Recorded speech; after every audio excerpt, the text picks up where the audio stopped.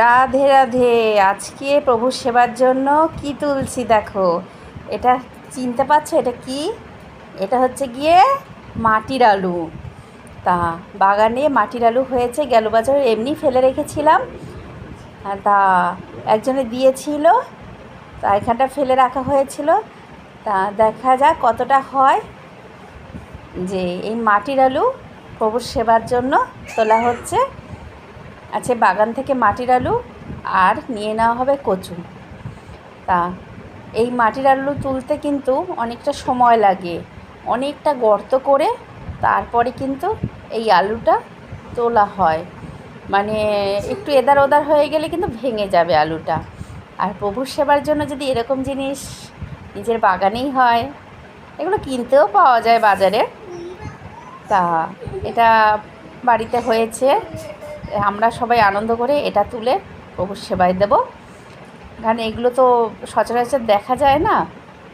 তাই দেখো, এই আলুগুলো তোলা হলো। আমি আবার কি করছি, এই আলুর মাথাটা আবার লাগিয়ে দিচ্ছি, গেলোবার আবার যেন পাওয়া যায়।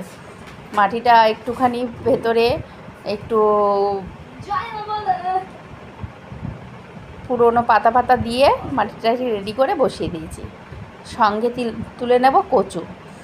কচুও গোবিন্দ কিন্তু খুব ভালো সেবা করেন। কচুটা মোটামুটি বেশ ভালো বড় হয়েছে।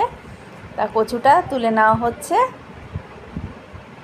আছে প্রভুর বাগান থেকে কচু নেওয়া হলো, আর নেওয়া হলো মাটির আলু। চলে আসলাম ওপরে। এই যে এই বেডটা তো প্রচুর শাক হয়েছে, একসাথে এত শাক হলে পরে কোনোটাই ভালো হবে না। তাই কি করছি, মাছের থেকে এই শাকগুলোকে তুলে নিচ্ছি, যাতে যেগুলো তুলে নিচ্ছি নিচেরগুলো যেন বড় হয়ে যায়। সঙ্গে কিছু টমেটো আছে, টমেটোটা পেকে রয়েছে। আর এটা যদি না তুলি নিচে পড়ে যেতে পারে, অনেক সময় পাখিরা ঠুকরেও আবার ফেলে দেয়।